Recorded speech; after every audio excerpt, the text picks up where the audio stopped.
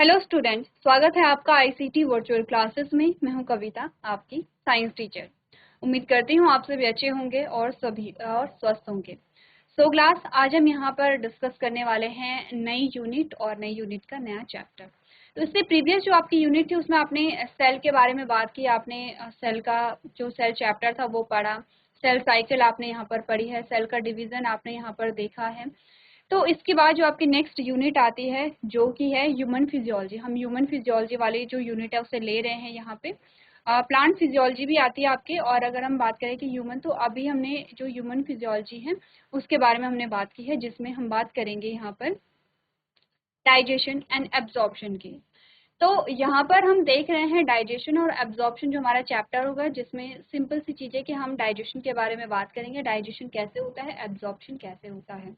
तो first of all आपके लिए ये नया चैप्टर नहीं होगा। अगेन ऐसा नहीं है कि आपने ये चैप्टर बिल्कुल नहीं पढ़ा है, बस डिफरेंस इतना आएगा कि आपने जो चैप्टर पढ़ा है उससे ज़्यादा डेप्थ में आप पढ़ेंगे, उससे ज़्यादा और डिटेल आप यहाँ पर देखेंगे जो टॉपिक्स हमारे पास आते हैं। तो डाइजेशन आप पढ़ते चले आ रहे हैं, जैसे कि क्लास 6-7 में आपने डाइजेशन पढ़ा था। देन आपने यहाँ पे डाइजेशन पढ़ा था जब आपके पास एक चैप्टर आया था क्लास 10th में, लाइव प्रोसेसेस, और लाइव प्रोसेसेस में आपने वहाँ पे डाइजेशन जो एक प्रोसेस थी वो पढ़ी थी वहाँ पे। अगेन आप डाइजेशन के बारे में ही बात करने वाले हैं और डाइजेशन को आप डिटेल में देखेंगे। तो अभी आप काफ़ी हद तक काफ़ी सारी चीज़ें समझेंगे डाइजेशन के बारे में और डिटेल में समझेंगे। आज का जो हमारा यहाँ पे सेशन है वो इंट्रोडक्टरी पार्ट है, जिसमें हम ये देखने वाले कि चैप्टर में हम क्या पढ़ने वाले हैं और यहाँ पे कौन कौन से ऐसे पॉइंट है जिन्हें हमें कवर करना होगा। जैसे अभी तक आपने डाइजेशन के बारे में क्या समझा, सिंपली हम डाइजेशन की डेफिनेशन देखते थे और हमने कहा कि जो डाइजेशन है, अब डाइजेशन के प्रोसेस के लिए हमें डाइजेस्टिव सिस्टम देखना है, तो हम डाइजेस्टिव सिस्टम यहाँ पर देखते थे और उसके बाद डाइजेशन की जो प्रोसेस है वो यहाँ पे स्टार्ट हो जाती थी। अभी सेम चीज़ें हैं, लेकिन आप और ज़्यादा जो इलाबोरेट करके चीज़ों को देखने वाले हैं। तो सबसे पहले थोड़ा डिस्कस करते हैं डाइजेशन, जिसे हम क्या कहते हैं, पाचन कहते हैं। पाचन का मतलब क्या होता है? सबसे पहले तो यही समझना जरूरी है कि जो पाचन शब्द है इसका मतलब क्या होता है। ठीक है, पाचन के बाद क्या होता है, पाचन के बाद की प्रोसेस क्या है। तो अगर आपको थोड़ा सा ध्यान होगा, जब हमने लाइव प्रोसेसेस पढ़ी थी तो हमने कहा था कि जो यहाँ पे प्रोसेस होती है वो एक दूसरे से कनेक्ट होती हैं। तो पाचन में बेसिकली हमने ये कहा, अगर हम एक लाइन डायग्राम में देखें, एक सिंपल सा अगर एक लाइन डायग्राम बनाएं, तो पाचन का मतलब क्या होता है। आपने कहा कि आपने क्या किया है, फूड इनटेक किया है, यानी कि भोजन को आपने क्या किया, यहाँ पे ग्रहण किया, भोजन ग्रहण किया। ये चलिए पहले से भोजन के बारे में बात करते हैं, फूड के बारे में बात करते हैं। अब ये भोजन जो था, ये फूड जो था, वो कैसा है, कॉम्प्लेक्स है, अभी जटिल है। ये कैसा है, जटिल है, यानी कि कॉम्प्लेक्स है। अब आप जब भी खाने को खाते हैं तो वो जो फूड होता है वो कॉम्प्लेक्स फूड होता है, या एक जटिल जो भोज्य पदार्थ है। जटिल का मतलब, जैसे कि हमने क्या बोला है, आप भोजन में क्या लेते हैं, कार्बोहाइड्रेट लिए आपने, ठीक है, आपने क्या लिया है, प्रोटीन लिया है, आपने फैट लिया है, ठीक है। इसके अलावा आपके पास विटामिन भी आते हैं, लेकिन अगर हम देखें यहाँ पे न्यूट्रिएंट्स के बारे में, मैक्रो न्यूट्रिएंट्स की बात करें, तो ये 3 हमारे पास मैक्रो न्यूट्रिएंट्स आते हैं। अब आपने कहा मैक्रो न्यूट्रिएंट्स का मतलब, हमने कहा था कि जिन न्यूट्रिएंट्स की रिक्वायरमेंट हमारी बॉडी को हाई अमाउंट में होती है, ज़्यादा मात्रा में होती है, उसे हमने क्या कहा है, यहाँ पे मैक्रो न्यूट्रिएंट कहा है। ठीक है, क्लियर है इतना। तो ये हमारे आ गए हैं मैक्रो न्यूट्रिएंट। अब हमने कहा कि आप कार्बोहाइड्रेट लेते हैं, कोई बहुत सारे एग्जांपल हमारे पास आते हैं, आप राइस ले रहे हैं, आप पोटैटो ले रहे हैं, आप प्रोटीन ले रहे हैं जैसे पल्सेस आप ले रहे हैं, ठीक है, या एग आप ले रहे हैं, आपने कहा फैट आप ले रहे हैं जिसमें आप यहाँ पे ऑयल यूज कर रहे हैं, आप बटर खा रहे हैं यहाँ पे, ठीक है। तो अलग अलग जो आपके एग्जाम्पल्स यहाँ पर आते हैं। तो आपने कहा कि आप क्या करते हैं, कार्बोहाइड्रेट को कंज्यूम करते हैं, लेकिन डाइजेशन के बाद जब आपने खाना खाया उसके बाद एब्जॉर्प्शन होना इम्पॉर्टेंट है, ये आपको ध्यान होगा, क्लियर है, एब्जॉर्प्शन होना इम्पॉर्टेंट होगा। और जब भी एब्जॉर्प्शन होता है तो फूड जो है वो उसकी सिंपल फॉर्म में कन्वर्ट होना इम्पॉर्टेंट है। सबसे पहले तो एब्जॉर्प्शन होता कहाँ पर है? स्मॉल इंटेस्टाइन में। आपने कहा एब्जॉर्प्शन की जो प्रोसेस होती है वो स्मॉल इंटेस्टाइन में होती है। अब अब ये है कि एब्जॉर्प्शन के बाद क्या होता है, ठीक है, ये इसके बाद की बात है। आपने कहा स्मॉल इंटेस्टाइन में क्या होते हैं, यहाँ पे एब्जॉर्प्शन होता है। तो आपने कहा ये है स्मॉल इंटेस्टाइन, और स्मॉल इंटेस्टाइन में कुछ इस प्रकार के प्रोजेक्शंस मिलते हैं हमें, ठीक है। ये आपकी क्या है, और इसको हम क्या नाम देते हैं? विलाई नाम देते हैं। विलाई नाम इसे हम यहाँ पे देते हैं, ठीक है। अब यहाँ पर हमने कहा यहाँ से क्या होगी? ब्लड वेसल्स होंगी। ब्लड वेसल्स जिनमें क्या कर रहा है? ब्लड ट्रैवल कर रहा है।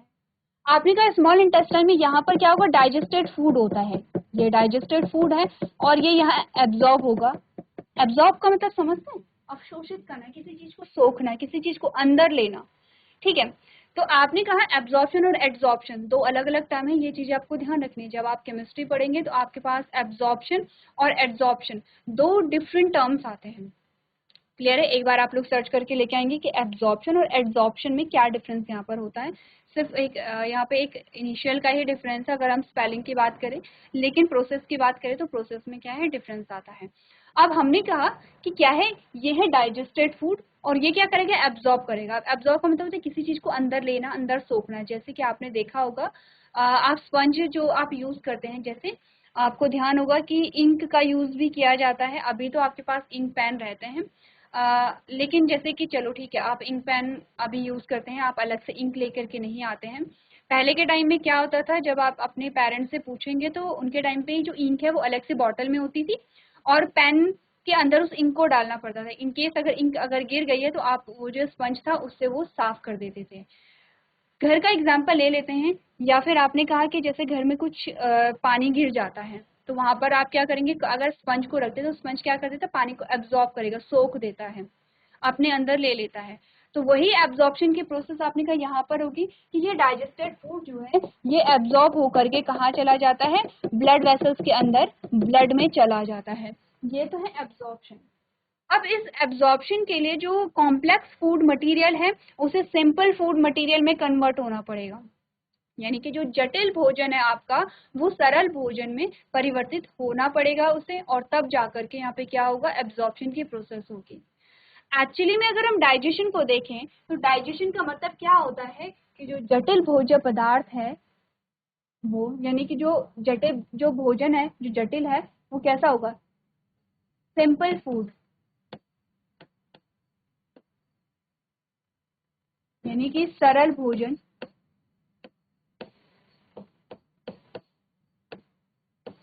में परिवर्तित होता है, और इसी को हम क्या कहते हैं? डाइजेशन कहते हैं, ठीक है। इसी को हम क्या कहते हैं? पाचन कहते हैं। सिंपल सी प्रोसेस है कि जो कॉम्प्लेक्स फूड मटेरियल है वो सिंपल फूड मटेरियल में कन्वर्ट होता है, ठीक है, और इसी को हम क्या कहते हैं? पाचन कहते हैं। तो अगर डेफिनेशन की बात करें तो हमने छोटी क्लासेस में जब हम छोटे थे तो हमने एक सिंपल सी डेफिनेशन पढ़ी थी। हमने कहा था कि जो जटिल भोज्य पदार्थ हैं उनका सरल भोज्य पदार्थों में परिवर्तित होने की जो प्रक्रिया है उसे हमने क्या कहा है? पाचन कहा है या डाइजेशन कहा है। अब होगा क्या, देखिए एक्चुअली में होता क्या है, जो कार्बोहाइड्रेट हैं वो जटिल भोज्य पदार्थ हैं, ठीक है। जैसे हमने कहा कॉम्प्लेक्स फूड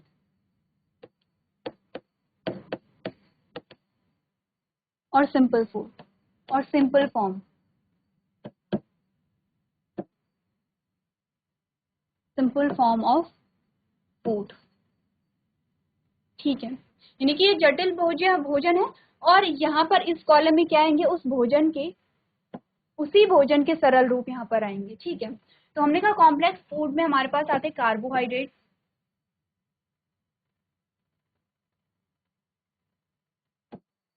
ठीक है, हमारे पास आते हैं प्रोटीन, और हमारे पास आता है यहाँ पे फैट, ठीक है। कार्बोहाइड्रेट आफ्टर डाइजेशन, यहाँ पे क्या हुआ? डाइजेशन होगा। बीच वाले जो यहाँ पे क्या हुआ? After digestion. जब डाइजेशन हुआ, डाइजेशन को समझते हैं आप लोग पाचन, ठीक है। जब डाइजेशन हुआ तो कार्बोहाइड्रेट जो है वो कन्वर्ट हो जाएगा किस में? ग्लूकोज में। जो प्रोटीन है वो किस में हो जाएगा? अमाइनो एसिड में। और जो फैट है वो किस में कन्वर्ट हो जाएगा? फैटी एसिड में।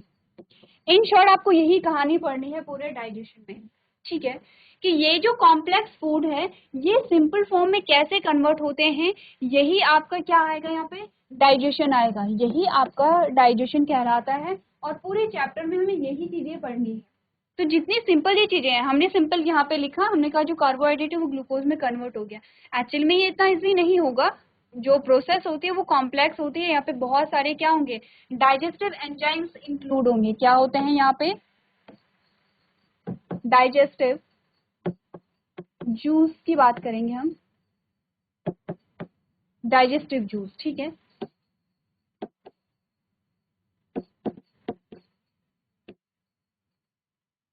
बहुत सारे पाचक रस, बहुत सारे डाइजेस्टिव जूस या डाइजेस्टिव एंजाइम्स यहाँ पर होते हैं और उनके द्वारा क्या होता है, ये जो जटिल भोज्य पदार्थ है वो सरल भोज्य पदार्थ में क्या होते हैं? परिवर्तित होते हैं। दूसरा, इनके साइट कि कहाँ पर, आप जानते हैं कि हमारा जो यहाँ पे डाइजेस्टिव सिस्टम है, डाइजेस्टिव सिस्टम हम सभी ने पढ़ा है, इजी है क्योंकि हम पढ़ते चले आ रहे हैं, तो हमारे लिए डिफिकल्ट नहीं होना चाहिए। तो अगर हम देखें,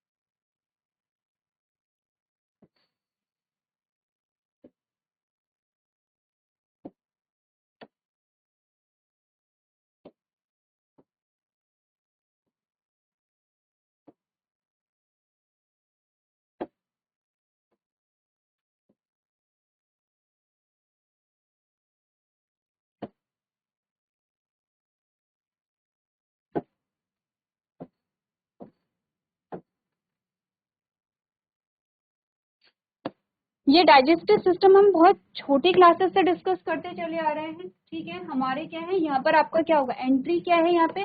माउथ है। एंट्री क्या है? माउथ है। देन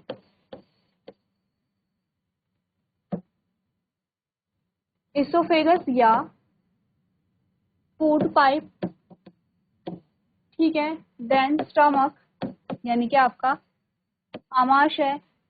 देन आपकी स्मॉल इंटेस्टाइन, ये अभी आपके क्या है? मेन जो ऑर्गन होते हैं। देन लार्ज इंटेस्टाइन,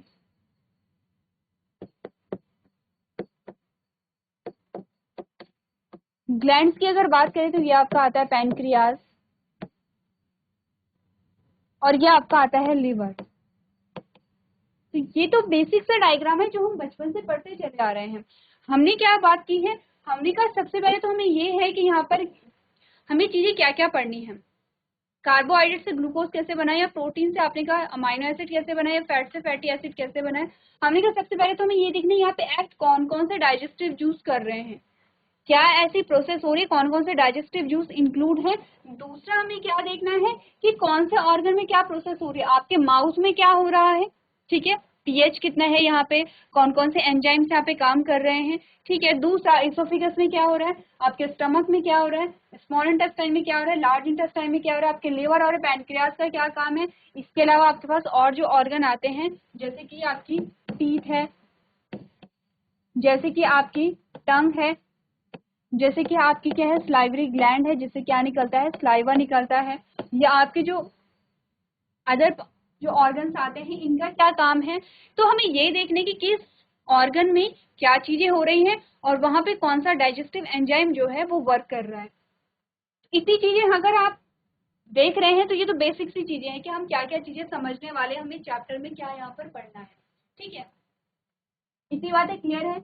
अब इन सबको पढ़ने से पहले आपको थोड़ा सा अपनी बॉडी के बारे में हम डिस्कस करेंगे। जब हम चैप्टर स्टार्ट करेंगे तब हम पहले अपनी बॉडी के बारे में डिस्कस करेंगे कि जो हमारी बॉडी है, जैसे हमने कहा कि हमारी जो बॉडी है वो अलग अलग पार्ट में डिवाइड होती है, ठीक है। जैसे बीच में डायाफ्राम आता है, आप थोरेसिक कैविटी के बारे में बात करते हैं, पेल्विक कैविटी के बारे में बात करते हैं, एब्डोमिनल कैविटी के बारे में बात करते हैं। तो ये सारी चीजें हम समझेंगे। आपने कहा कि जो गट है, गट का स्ट्रक्चर, गट क्या होता है, जो आपका पूरा, ये पूरी आपकी एलिमेंट्री कैनाल है, ये पूरी फ्रॉम माउथ टू एनस, ये पूरी आपकी एलिमेंट्री कैनाल है, ठीक है, जिसे आहार नाल कहते हैं। एलिमेंट्री कैनाल का ही जो कोई भी स्ट्रक्चर आप ले लीजिए कहीं से भी, आपने कहा वो गट होती है, पूरी गट है। तो गट में आपकी बहुत सारी क्या होंगी, गट का स्ट्रक्चर जब आप देखेंगे तो गट का स्ट्रक्चर कुछ इस प्रकार का होता है। जब हम जैसे कि कोई, अब अगर हम इसे देखेंगे ये पाइप लाइक स्ट्रक्चर है, अगर इसे पूरा अगर हम खोल के देखें तो पाइप लाइक स्ट्रक्चर है, जहाँ पे नैरो पाइप है तो कुछ जे शेप्ड पाइप है, बहुत जो थिन ट्यूब है, थोड़ी थोड़ी सी आपने कहा जो थिक ट्यूब है। इसे अगर हम खोल करके देखें एक्चुअली में इंटरकनेक्टेड है। स्टमक से क्या है, स्मॉल इंटेस्टाइन है, स्मॉल इंटेस्टाइन से क्या है, लार्ज इंटेस्टाइन है, ठीक है। अब आपने कहा ये एक दूसरे से कनेक्टेड है, यहाँ पर कनेक्टेड है। अगर हम इसे खोल करके देखें तो ये ट्यूब जैसा स्ट्रक्चर है। अब जैसे ये ट्यूब जैसा स्ट्रक्चर, इसको आपने बीच से काटा, जब आपने बीच से काटा और अब आप इसे देख रहे हैं ऊपर से, तो आपने कहा कि ये तो बीच में क्या है, एक जो रीजन है, ये बीच में क्या है, होलो स्ट्रक्चर है। जैसे पाइप होता है, पाइप में बीच में क्या है, जो रीजन है वो क्या रहता है, एम्प्टी है, खाली है, जिससे कि जो पानी है वो ट्रेवल कर सके। तो वैसे ही ये भी क्या है, एम्प्टी रीजन होगा और इसकी चारों तरफ क्या होंगे, अलग अलग लेयर्स प्रेजेंट होती हैं। म्यूकस लेयर हो गई है, ठीक है, और बहुत सारी लेयर्स होती है जिनका फंक्शन अलग अलग होते हैं। तो गट का स्ट्रक्चर हम यहाँ पर सबसे पहले देखेंगे, गट का स्ट्रक्चर होता है। नेक्स्ट हम बात करेंगे जैसे कि जो आपका डाइजेशन स्टार्ट होता है वो माउथ से स्टार्ट होता है, तो हम वहां पर देखेंगे स्लाइवरी ग्लैंड। आपके पास 3 जोड़ी स्लाइवरी ग्लैंड आती हैं। अब आपको, अभी तक आपको क्या था, इतना इनफ था कि 3 जोड़ी आपके पास क्या है, स्लाइवरी ग्लैंड है, वहां से सलाइवा रिलीज हो रहा है। अब आपको उन तीनों के नाम और उन तीनों की लोकेशन पता होनी चाहिए, ठीक है। डेंटल फॉर्मूला हमने पहले भी किया था, आपके लिए इजी है। जो मिल्क टीथ होते हैं, परमानेंट टीथ होते हैं, दोनों का डेंटल फॉर्मूला इजी है। लेकिन टीथ का जो स्ट्रक्चर होता है वो हमें कंप्लीट यहाँ पर करना है कि टीथ का स्ट्रक्चर कैसे होता है। नेक्स्ट टंग, जो टंग हमारी आती है, हमने सिंपल से उसके फंक्शन देखते थे कि ठीक है, जो टंग है वो उससे टेस्ट का पता चलता है, बोलने में हेल्प करती है, च्यूइंग में हेल्प करती है, और जो स्वेलो आप करते हैं, निगलते हैं, तो उसमें हेल्प करती है। लेकिन अब आपको यहाँ पर देखने हैं कि जो आपकी टंग है उसमें कुछ टेस्ट बर्ड होती हैं यहाँ पर, ठीक है, कुछ स्ट्रक्चर होते हैं, उनके नाम यहाँ पर देखने हैं। और यहाँ पे कौन, जीभ का, टंग का कौन सा रीजन किस टेस्ट के लिए रिस्पॉन्सिबल है, किस टेस्ट को डिटेक्ट करता है। जैसे आपकी जो टंग है वो, जैसे फ्रंट वाला जो रीजन है वो कुछ और टेस्ट को यहाँ पे डिटेक्ट करेगी, साइड वाले कुछ और को डिटेक्ट करेंगे। तो हमें यही चीजें देखनी कि टंग का कौन सा पोर्शन किस टेस्ट को डिटेक्ट यहाँ पर करता है, ठीक है। तो एक बार आप लोग यहाँ पर देख लीजिए, सिंपल सी चीज है, डाइजेशन किसे कहते हैं। हमने कहा जो कॉम्प्लेक्स फूड मटेरियल है वो सिंपल फूड मटेरियल में क्या हो रहा है, यहाँ पे कन्वर्ट हो रहा है। तो नेक्स्ट क्वेश्चन ये आता है, एक रीजन हमने कहा हम चैप्टर को पढ़ रहे हैं, चैप्टर को क्यों पढ़ रहे हैं ये इंपॉर्टेंट है। हमने कहा ठीक है, अब ग्लूकोज, अमाइनो एसिड और फैटी एसिड जब यहाँ पे चेंज हो गए हैं, उसके बाद क्या होता है, एब्जॉर्प्शन के बाद क्या होता है, क्यों एब्जॉर्प्शन हो रहा है, इसके बारे में थोड़ा बात करेंगे। तो एक बार आप लोग यहाँ पर देख लेंगे जो भी चीजें हमने अभी तक डिस्कस की। चलिए अब बात करते हैं कि हमने कहा ठीक है, यहाँ पर जब डाइजेशन हो गया है, और अगर हम बात करें एब्जॉर्प्शन, अब एब्जॉर्प्शन के बाद क्या होगा, हमने कहा ठीक है ग्लूकोज यहाँ पर आ गया है, और आपके जो ब्लड वेसल्स हैं, ये आपकी ब्लड वेसल्स हैं, यहाँ पर क्या है, ग्लूकोज ट्रेवल कर रहा है, ये किसी सेल को ग्लूकोज क्या देंगे, यहाँ पे ट्रांसफर करते हैं। और यहाँ पर ऑक्सीजन जब आप क्या करेंगे, रेस्पिरेशन करेंगे, ऑक्सीजन को इनहेल करेंगे तो सिंपल सी चीज़ें यहाँ पे क्या निकलेगी, आपने कहा यहाँ पे एनर्जी निकलती है, प्लस यहाँ पे CO2 भी निकलता है, जो कि अगेन आपके ब्लड के साथ ब्लड में ऐड होकर के आपकी बॉडी से बाहर निकल जाता है। तो बेसिकली ये सारी जो चीज़ें हो रही है वो एनर्जी के लिए हो रही है, ये तो हम जानते हैं। इतना तो हम जानते हैं कि डाइजेशन क्यों हो रहा है, हमने कहा एनर्जी की रिक्वायरमेंट है, एनर्जी के लिए यहाँ पर हो रहा है। तो अभी तक हमने कुछ बेसिक सी चीज़ें डिस्कस की हैं। नेक्स्ट जो हमारा लेक्चर होगा हम चैप्टर स्टार्ट करेंगे, जिसमें सबसे पहले हम यहाँ पर देखेंगे कुछ बेसिक से स्ट्रक्चर और डाइजेशन के बारे में यहाँ पे बात करेंगे। आप लोग घर से पढ़ करके लेकर के आएंगे डाइजेशन का जो इंट्रोडक्टरी पार्ट होता है। तो आज के सेशन में हम इतना ही करेंगे। अभी तक क्लास में बने रहने के लिए आपका धन्यवाद।